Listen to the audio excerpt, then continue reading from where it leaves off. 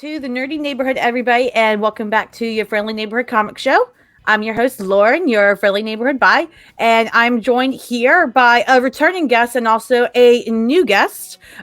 Two new neighbors here. We've got Damien Becton of Worlds Away and Kenneth Laster, who also, even though Kenneth wasn't on here, Kenneth is also of Worlds Away. So we got a pretty mighty duo here. Y'all have another Kickstarter up here called Try Not to Die, which really got my attention because I'm like, isn't that what we're all trying to do? So welcome. It's great to have you both. How y'all feeling today? I know for us it's Saturday and we're all struggling to get to our computers here. Go ahead, Kenneth. Yeah, I mean, freshly woken up, gonna be sipping my coffee during this, so I'm excited. Yeah, I'm excited. Happy for the weekend. I am happy for the weekend. Excited to be with me, to talk to you guys as well. Thank you for having us on. Yeah, absolutely. Do y'all actually get to rest on the weekends, or is it just more time to do other things you don't get to do otherwise? That's all I do. That's all I have time for because the work week, it takes up every single ounce of my energy. That's all I have time to do. Yeah, just pushing new things off to the weekend that follows. Always chasing an errand. Just at least one errand is for next week. I hear that. So, you guys have been hard at work on, World Away, essentially. You guys have been doing Kickstarters for that already. So what inspired you guys to say, you know what, we've got another story to tell and it needs to come out too. We're going to throw out Try Not to Die. We're going to get that out there to the world. Well, I will say Kenneth worked on the cover for issue 3, a cover, probably I'm not even throwing shade at any Christian or any of the other variant artists, the variant cover artists for Worlds Away. Kenneth worked on the Worlds Away number 3 cover.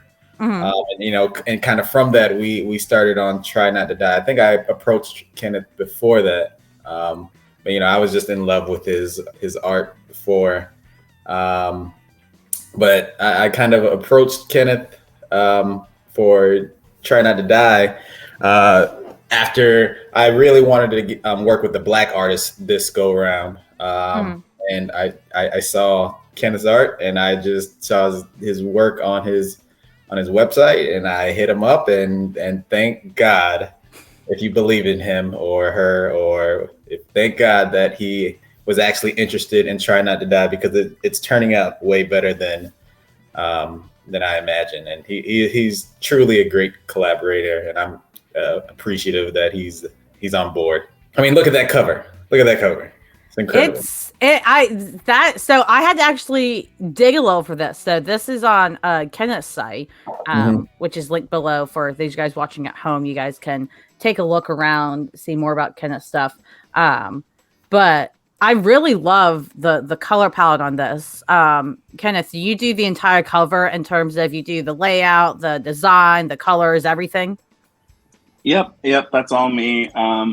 I primarily work digitally, so unfortunately no originals to share or anything. But yeah, right. I mess around a lot in just different layer types and just really go wild. And yeah, and this book in itself is just a really fun opportunity to just play around and make things that are unsettling. Have I can just go wild with all the settings that I didn't know what they did before, and just really poke all the buttons in Clip Studio. Yeah, absolutely. So for those of you who haven't heard about Try Not to Die yet, the Kickstarter pre-save is below. You can click that. And the general synopsis is survivors of familiar horror legends are forced to take part in a deadly competition that pits them against killers and monsters. So this sounds like it's like a gimme all for horror people. Like, hey, you guys want some horror nostalgia along with something new? This sounds like it's the thing for them. What kind of inspired this, this nostalgic horror kind of story to tell with this audience? And then also, this cover almost has like a techno vibe to it as well. So it seems like you're meshing genres together and having some fun with it. Yeah. Kenneth, if you want to start, I guess Yeah, go ahead, Kenneth. I'm sorry. Oh yeah, for the yeah, I can talk about the cover and at least because Damien came up with the idea of just sort of bringing in a few different horror protagonists and sort of archetypes together. And yeah, it's as someone I'm kind of new to horror. I think I listened to a interview before where I think we're similar, where I'm bad at watching horror, but I love reading horror comics. And so Yep, this that's has me. been a fun. Yep. Yep. This has been a fun foray to sort of get over my fear of horror movies. And yeah, just sort of getting inspiration of just sort of, we're pulling a lot from that sort of 90s, 80s sort of VHS craze. There's a lot of elements from the logo to the design of the cover. And in the interior of the book, there's going to be a lot of sort of scan line and sort of taking sort of elements of video quality from the VHSs and sort of bringing that into the book. And so, yeah, just sort of taking Damien's original idea of just bringing these different horror archetypes from that sort of classic, I don't know, slasher genre and all these different classic horror movies, and just sort of finding those different elements that can sort of tie them together visually. That's been really fun, and just sort of, again, there's elements in the book that I don't want to spoil that also adds to pushing this to the sort of neon, sort of techno a little bit. Yeah. And, to piggyback off of what Kenneth said, and that's really, just seeing his art on his site, because he was able to do the sci-fi type stuff, because he was able to have all these different colors. And that's one of the things that I love about his art, is like he's able to use like so many different colors. I don't know the technical terms of anything, but it was just so crazy to see these hyper colorized blues and yellows on his website. I said, man, I have to reach out to him.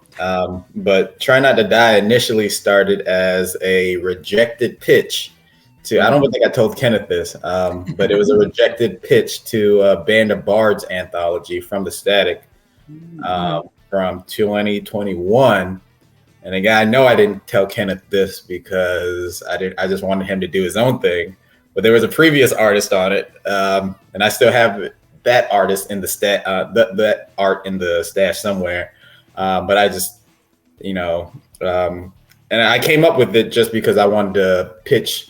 I wanted to kind of get every kind of genre in there. I wanted to do something unique.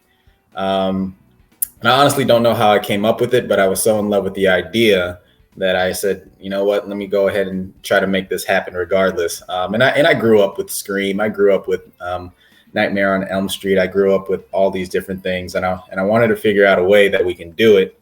And it turned into this beautiful masterpiece that Kenneth is pumping out right now. But Kenneth, yes, there was a previous artist that I worked with, but I didn't want to show you that art because I wanted you to come up with whatever you wanted to come up with. And it's turned out well. Both artists are great, but it was kind of a blessing in disguise that it got rejected from Band of Bards. Shout out to Band of Bards. They're great people. But it's a blessing in disguise because I think that turned into the collaboration with Kenneth. Yeah, that makes a ton of sense. It's, comics, art, entertainment, all this media, it's a really tough business. And not to downplay it because it's far more than tough, but it is interesting how, you can work with one artist that you genuinely think is great. It doesn't work out. And then you find another artist, and for some reason it just works better, right? It's not that any one is necessarily better or greater than the other. It's just, hey, this is the better working piece, for the story we're telling, because that's what this is all about. I think at the end of the day is you need the right storytellers. And if somebody's not the right storyteller for that story, that's okay. It stinks, but it also makes sense because everybody has other stories to tell too. So I think it's really cool you share that.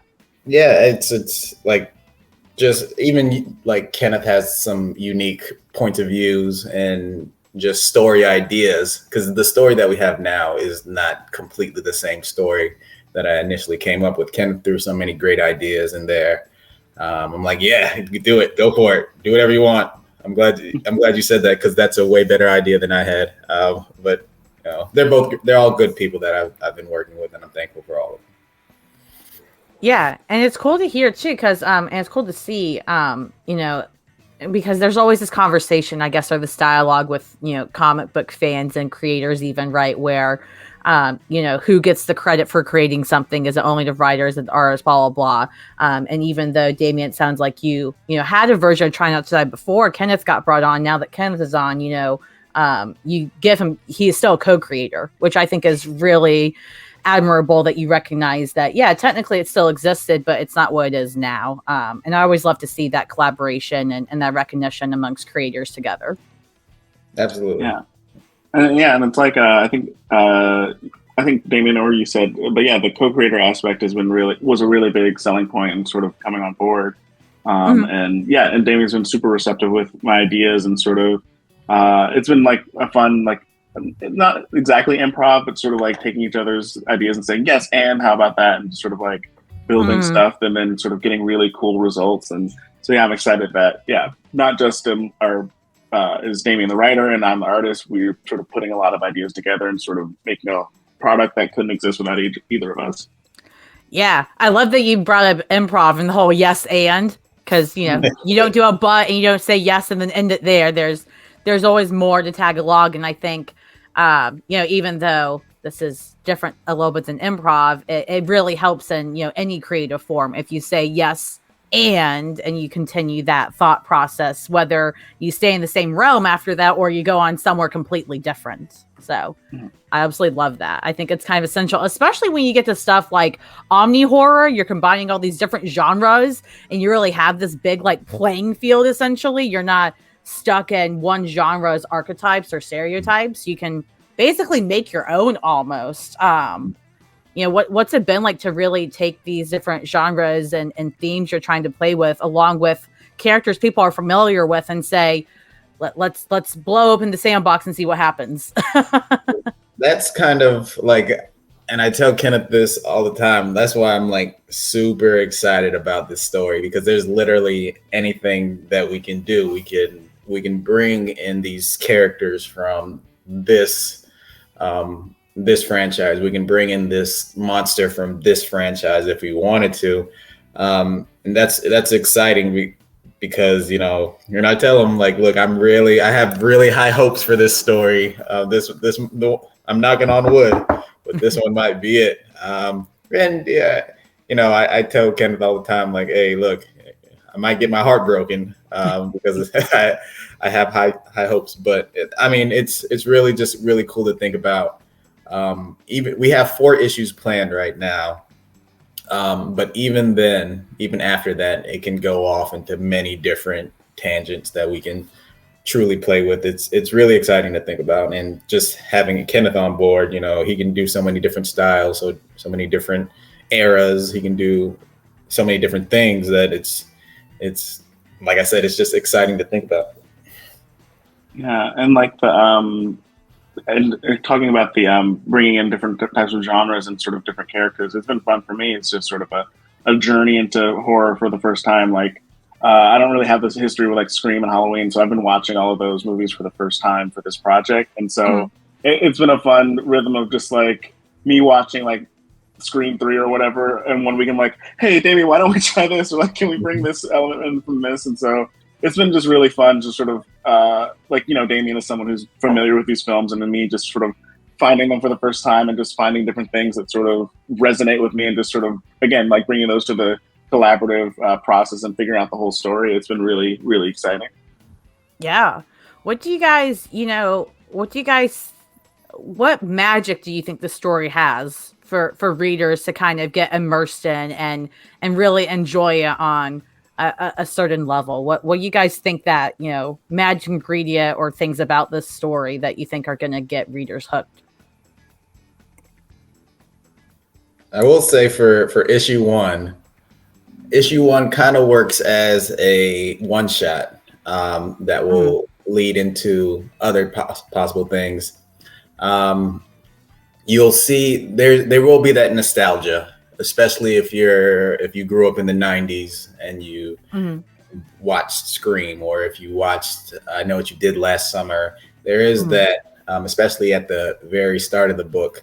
But there's a point in the book where issue 1 specifically, where things just take a turn. And I'm hopefully if me and Kenneth do our jobs well, then it will be something that people don't expect. And then kind of after, and it's not really a spoiler, but kind of after issue 1, issue 2, 3, and 4, it kind of, it's like it's a different, it goes in a different direction. And I think that part of the book, I'm being really vague, but I think that'll be a selling point of the book, where they're like, the audience will say, hey, I don't know what the heck's going to happen in this book.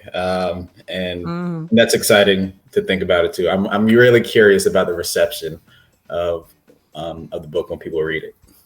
Yeah, and I think that sort of nostalgia and unexpected sort of plays into the visuals as well. Like in terms of we're playing in some familiar sandboxes, so there's definitely a lot of homages to certain films and certain sets and certain set designs and atmospheres.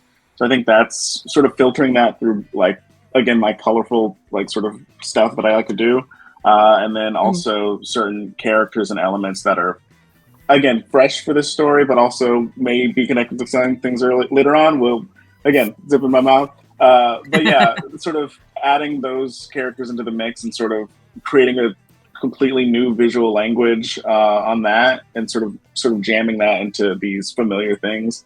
It's really, I think that is something that will hook audiences in, I think. Yeah, I love that. I think kind of the best of both worlds almost there. You kind of get a little bit of everything to hook in readers of all different, standoff points. Essentially, if you're big on nostalgia, you're going to get hooked in. Even if you're a newer horror fan, something's going to grab you. And even if you just like something that grabs your attention and makes you curious, it sounds like that'll get people here too. Yeah, and even in issue 1, there's like maybe 3 or 4 different subgenres of horror. It goes from slasher to whatever to there's some supernatural in there. There's a lot of different things, even jam-packed into 22 pages. Wow. Issue 1. Yep. That's a lot on 22 pages. And it's a good people that don't read comics, they probably think that's a lot of pages. It's not. But it was fun just seeing.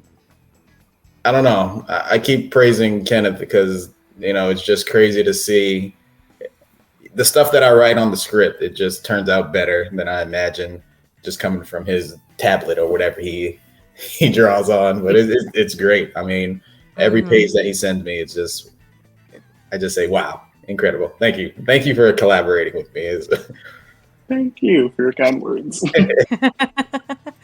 I wanted to pull up because I know, Kenneth, you talked more visuals and stuff. And so on Damien's Twitter here, you guys have a trailer that you made for it. So I wanted to go ahead and play that so people can get more of a little visual, more of a thematic view of what this feels like.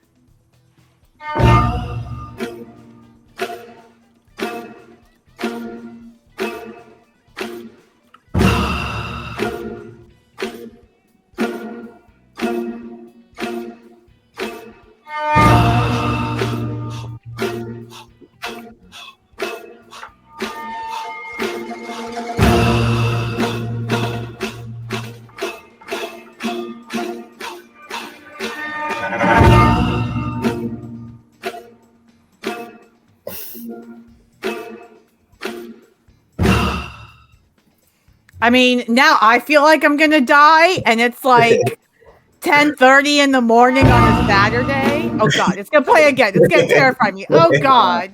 Okay, the sound on that alone is amazing, but then Kenneth, your art here, I literally feel like I'm in a horror movie. What the heck? And you don't watch horror? Like, you nailed it, dude. I've been learning. Yeah, this trailer is really cool. Damien made the trailer, and every time I see it, it's like I didn't even draw the pages. It's sort of like, this is the atmosphere and the editing are really doing a lot.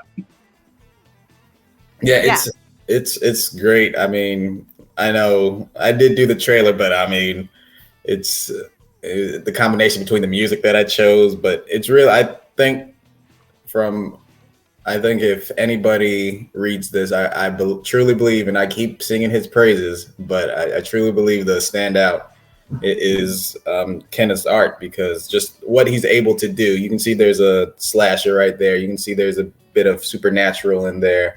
There's different types of things that he's able to do with the colors. But it's visually interesting and it's creepy. Everything that he does is creepy. There's a few pages that I haven't seen him work on yet, but I'm so excited to see with the glitches, with the everything that I put in the script.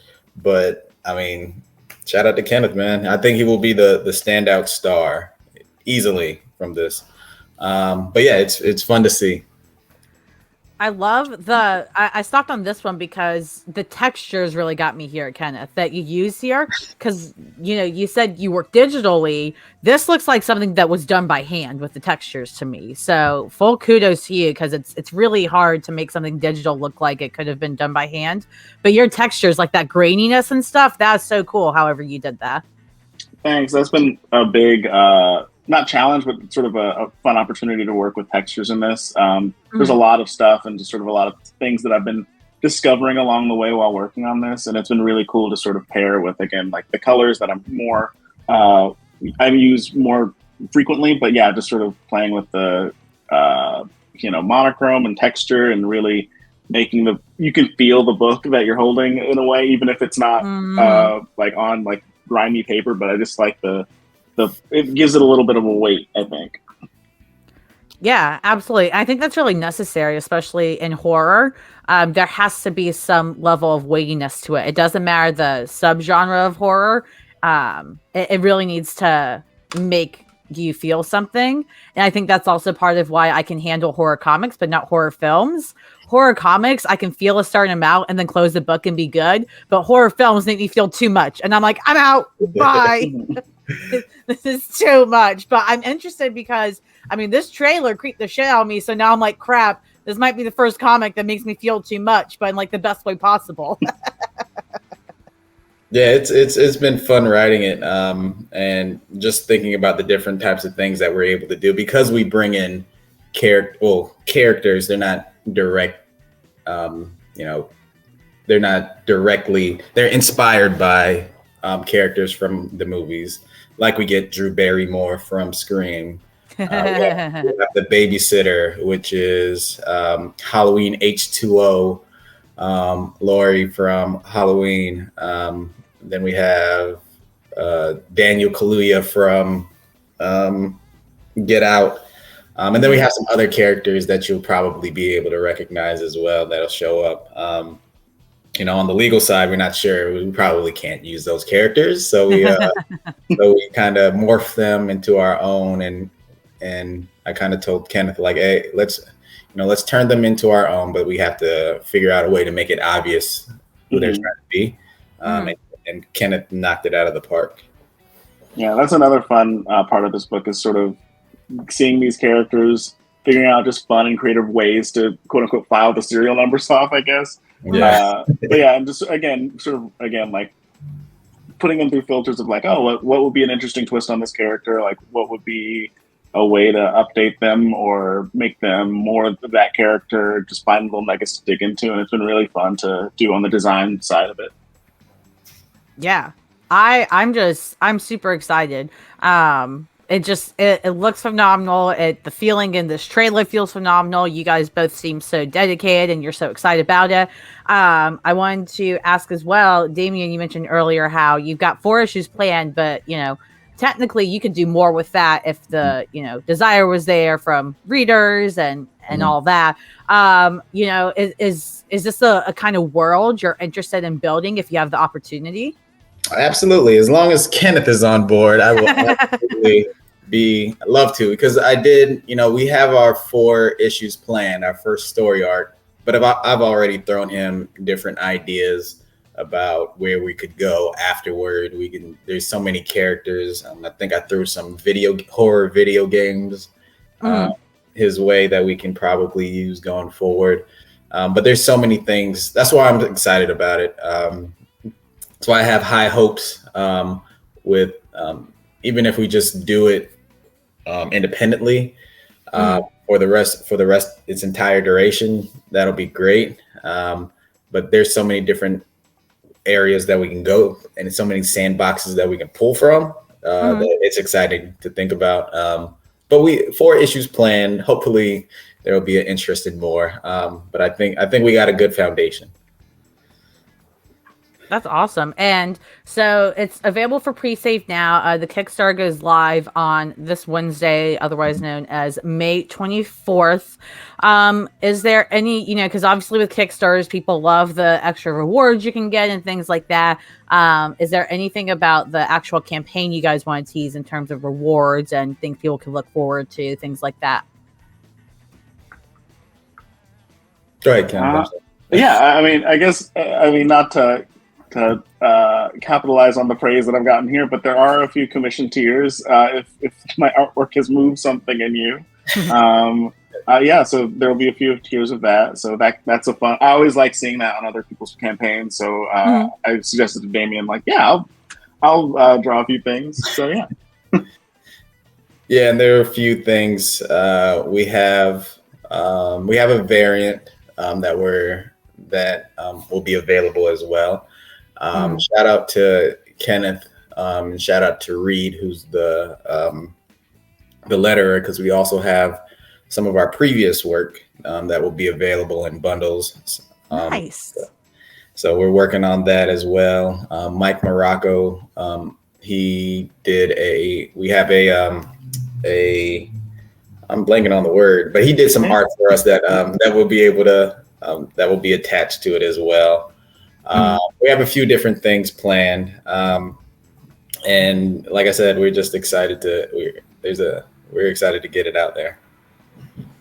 Yeah, I'm excited. I'm excited to see it because Damien, you're one of the people. I know your Worlds Away campaign, so I know you typically go above and beyond your campaigns. You go that extra mile, which is always so nice to see.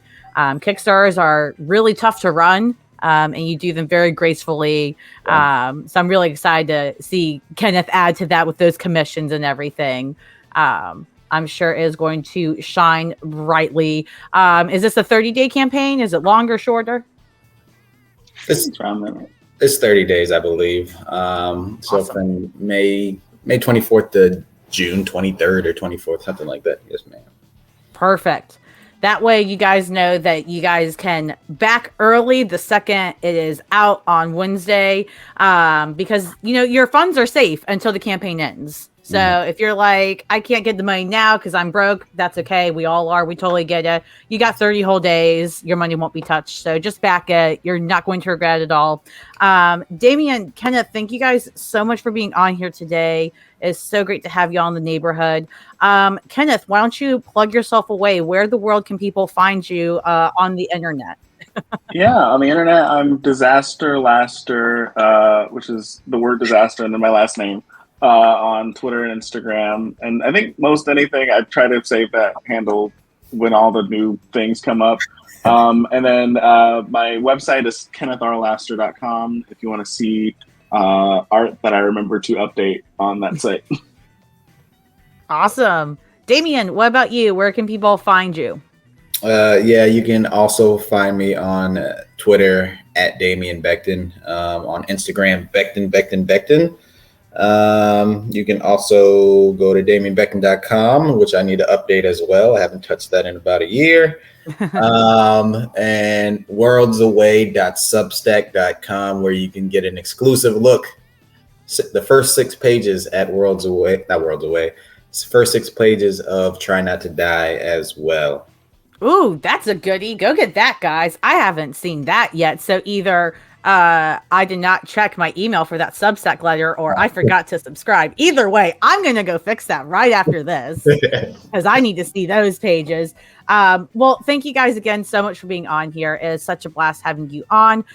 Those you guys watching this later at home or wherever you watch things, be sure to check all the links below in the description. So you can just click like 5 times and either pre-save, or if it's open, back an amazing book. And you can follow these great creators, because if they can make Glorious content like this, that means they can make a million other Glorious things. So you should totally check them out. Please do that. And if you haven't already, be sure to like, share, and subscribe to the channel here. All that super cheesy but important stuff helps me grow, and it helps all of these great people grow as well, these indie creators that we want to continue to help promote. And we will see you guys next time in the nerdy neighborhood.